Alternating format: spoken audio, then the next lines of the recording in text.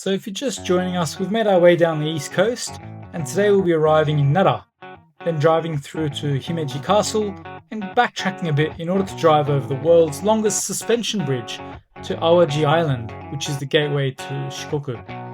Driving across the intersection, and there was a deer on the side of the road, literally on the side of the road.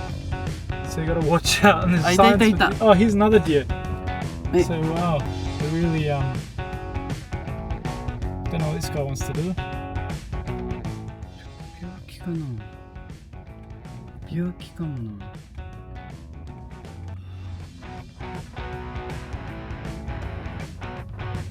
So yeah, they're all over the place. Reminds me of the kangaroos back home. The deers hold a special place in Nara. According to local legend, the Shinto deity arrived in Nara riding a white deer. Since then, the deer have been regarded as divine messengers and have been protected for over 1,000 years. You've been warned. Wow, it's like a Street Fighter. It's like bite, knock you down.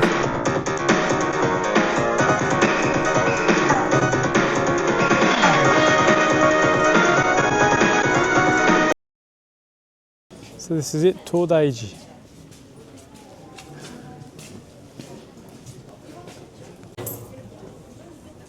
This is something I was quickly shown more than 20 years ago during my first trip to Japan. After lighting the incense stick, you extinguish the flame without blowing on it. Once you've placed the incense stick, you can waft the smoke towards your body, for example, towards your head for wisdom. After many years of trying and still no results, I skipped this part and jumped straight to offering respect to the place I'm about to enter.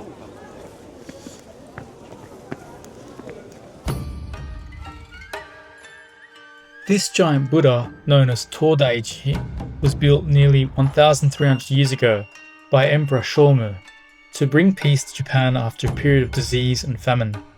At almost 15 meters tall, it's one of the largest bronze Buddha statues in the world and weighs over 500 tons.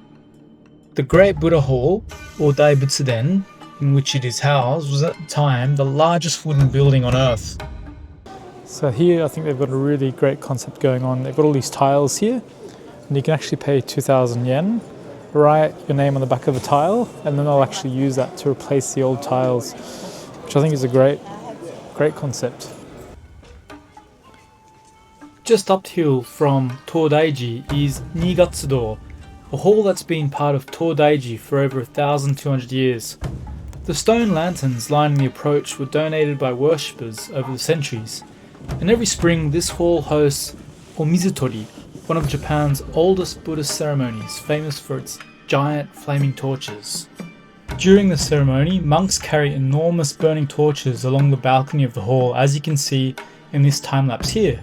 Sparks rain down on the crowd below, and it's believed that being touched by these sparks brings good fortune. And here we are standing on that balcony, overlooking the views of Nara.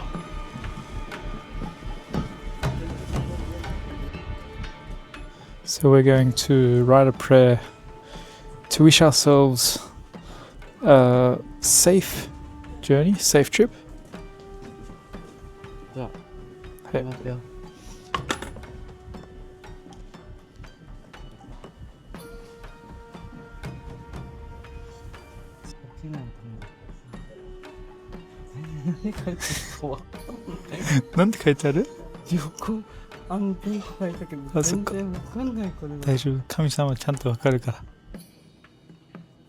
And then once you're done, there's a box underneath.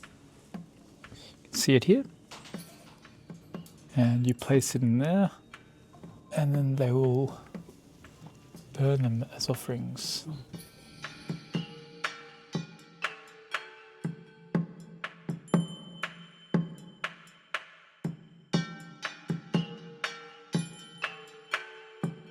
And apparently this is what you do with broken roof tiles. You make walls out of them.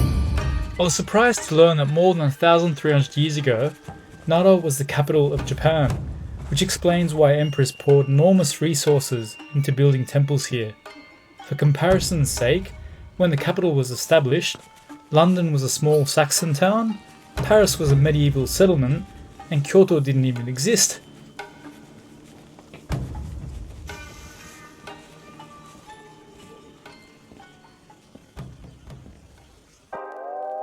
The road to Himeji seemed straightforward enough, then the dashboard had other ideas. So we've come to a car shop in Osaka, and the reason we've come is the last couple of days we've had the engine light come on and off, and it's just been really rough when it idles. Given that we've got another 7 weeks more on the road, we thought we'd get it checked out. Yeah, we're at the car shop here and they've given us I'm not sure if you can call it a complimentary coffee and snacks because we haven't got the bill yet, but it's quite typical of car shops in Japan. They'll snack you up, caffeine you up. It is a bit of a unique car. It's a rare engine, four-cylinder, which is bigger than most three-cylinder K cars, and that's the reason we got it, because it's got a bit more power. Hopefully it doesn't come at the cost of costly repairs, because it's not something we really planned for. After an hour and a half of inspections, snacks, and plenty of nervous waiting, the mechanic found the culprit, a faulty knock sensor. The bad news? The replacement part could take up to a week to arrive. With a road trip scheduled to keep, that wasn't really an option. Thankfully, after checking everything from the spark plugs to the fluid levels, he couldn't find any other signs of trouble. He felt the car was safe enough to continue, although he strongly recommended we join JAF, Japan's Roadside Assistance Service, just in case. While he went to discuss things with his manager, I was busy wondering how much this inspection and all those complimentary snacks was going to cost us. Then came the biggest surprise of all. Because no repairs had been carried out, they wouldn't charge us a single yen. After spending an hour and a half helping complete strangers, they simply wished us safe travels and sent us on our way. We couldn't believe it.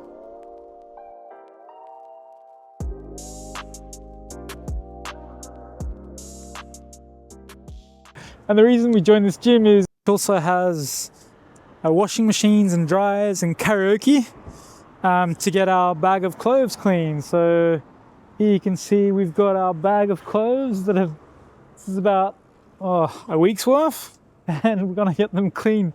Anyway, let's get that sorted, and while we're getting that clean, we might jump on the machines too and have a bit of a workout. So let's check it out. So there are legit machines you can use while you're waiting for the laundry to get done. You've got your massage chairs, and then over here you've got the dryers, you've got a washing machine. They've even got like teeth whitening machines that you can use. There's like, I don't know, it looks like an IPL machine or something like that. Or maybe that's an IPL machine, but you've got all these accessories that you can use.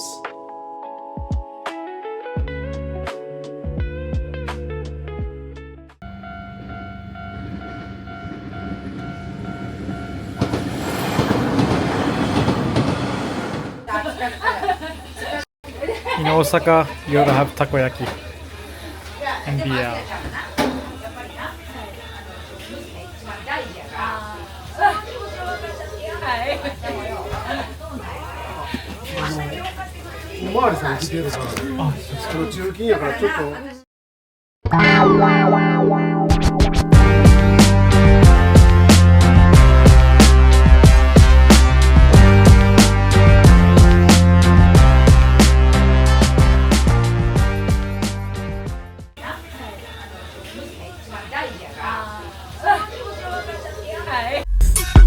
Osaka wild style.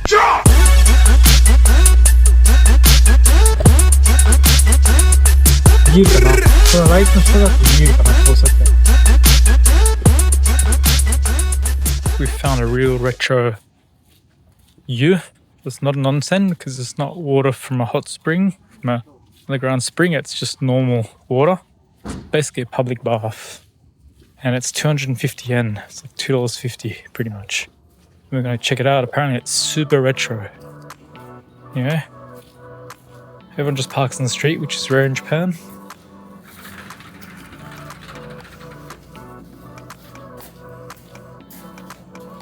Ooh, I'm liking it already. As I observed elderly locals chatting baseball and young men covered in colourful tattoos, an elderly man struck up a conversation with me. As we were leaving, he knocked on our window and handed us a bag of mandarins and wished us a safe trip. This area often gets a bad rap in Japanese media, but our experience was far from that.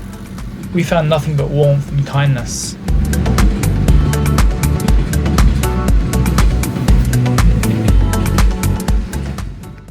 So this is where we stayed last night. Some very basic toilets. The guys only get Japanese style toilets and the women get both.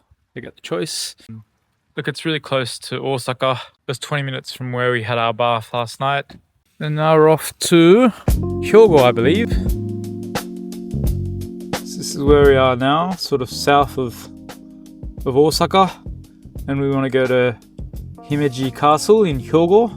But one thing I've realized is if you're using a Japanese setting base like iPad or iPhone, it'll actually tell you the price of the different routes. So you can see the cheapest one here is 3,010 yen. And then you've got other ones, 3,270, and tells you the times.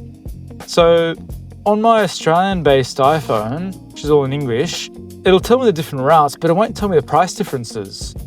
So that's an interesting difference between using a Japanese-based version. I'm not sure if it's just a matter of switching the language or if the device actually has to be all in Japanese or it's just a Google setting. Don't know. But yeah, that's an interesting difference to come across. Useful as well, because this will all add up, of course. We're going to drive on the outskirts of Osaka on the ocean side to Himeji, and then our plan after that is to drive back to the bridge here. I think it's called Ohashi. Akashi Kaikyō Akashi Kaikyō Ohashi. So that's the bridge that connects to the beginning of Shikoku Island here. And so we want to take that bridge to explore Shikoku. So that's the plan for today. I get those goosebumps every time. I need the Heimlich. Don't do this.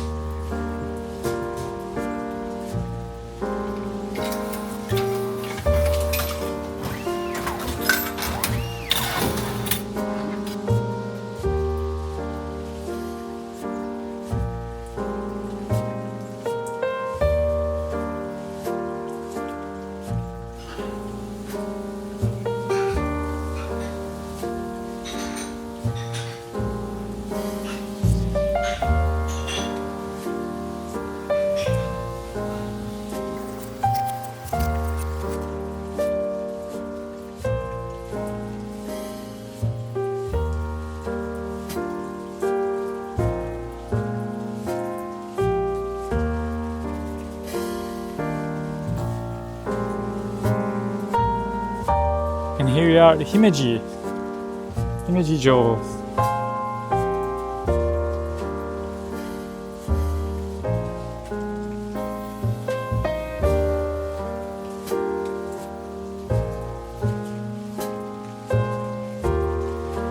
I was surprised to see that there's also a zoo here.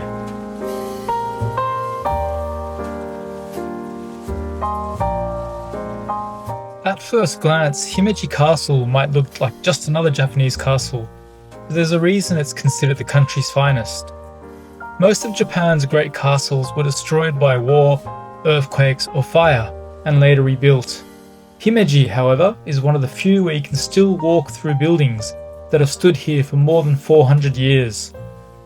What's even more remarkable is that it survived the destruction of World War II. Although the city around it suffered heavy air raids, the castle itself escaped almost untouched, leaving us with one of the best preserved examples of a feudal Japanese fortress anywhere in the country. So this is the gallery you would walk in if you take the 1.5 hour path. and then it links up to the main path into the castle. As we made our way towards the main keep, something started to feel a little strange. Instead of a direct path, we kept passing through gate after gate, doubling back on ourselves and following what seemed like an unnecessarily complicated route. It turns out that wasn't poor design, it was the entire point. Himeji Castle was built to confuse invading armies.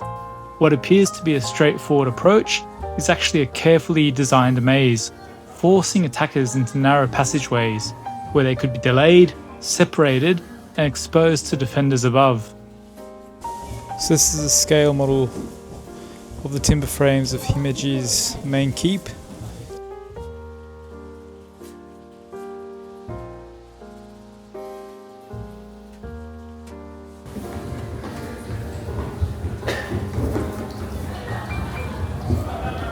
I'm just admiring the pointing work here after having recently redone the pointing on our roof back home. And apparently the reason why it's so narrow between the ridges that you can see there is because Japan gets a lot of heavy rain and the structure is made of wood. So the idea is the rain forms a gully, like a river, and it speeds up and it shoots out the side of the roof and away from the wooden structure of the building to protect it.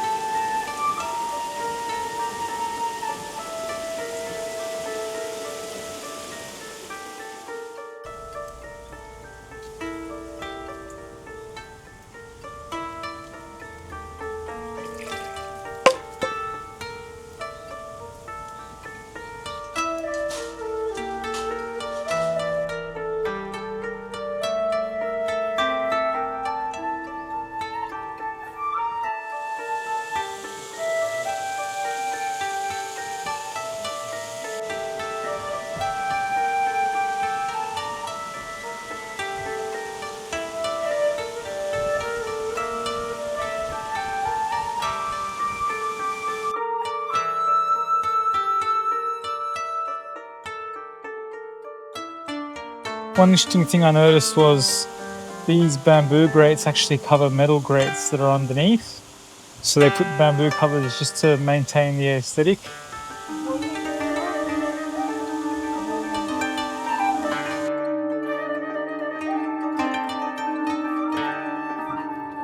Have to have taco-sen. We missed this in Osaka, so we're having it now.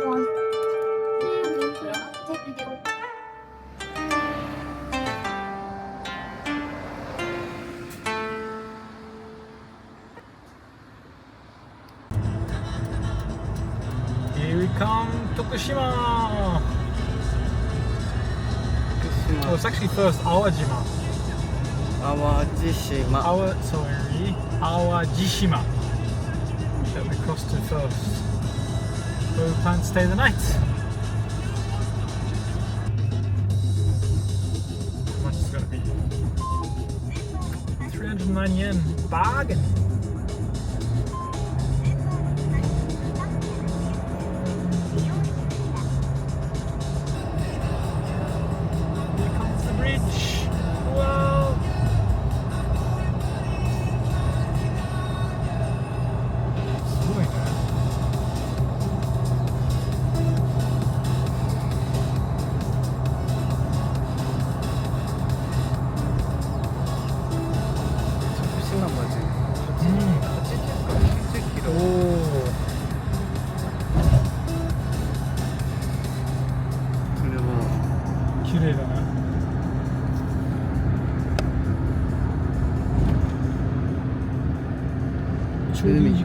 Sunset も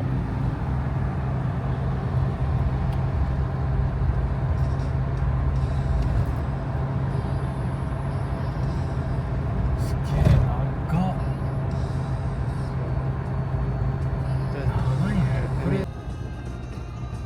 So our parking stop tonight has a Ferris wheel. So that's the service area. It's called Highway Oasis. And it will have a view of Honshu. Ferris wheel, Starbucks, and our view of Honshu, main island.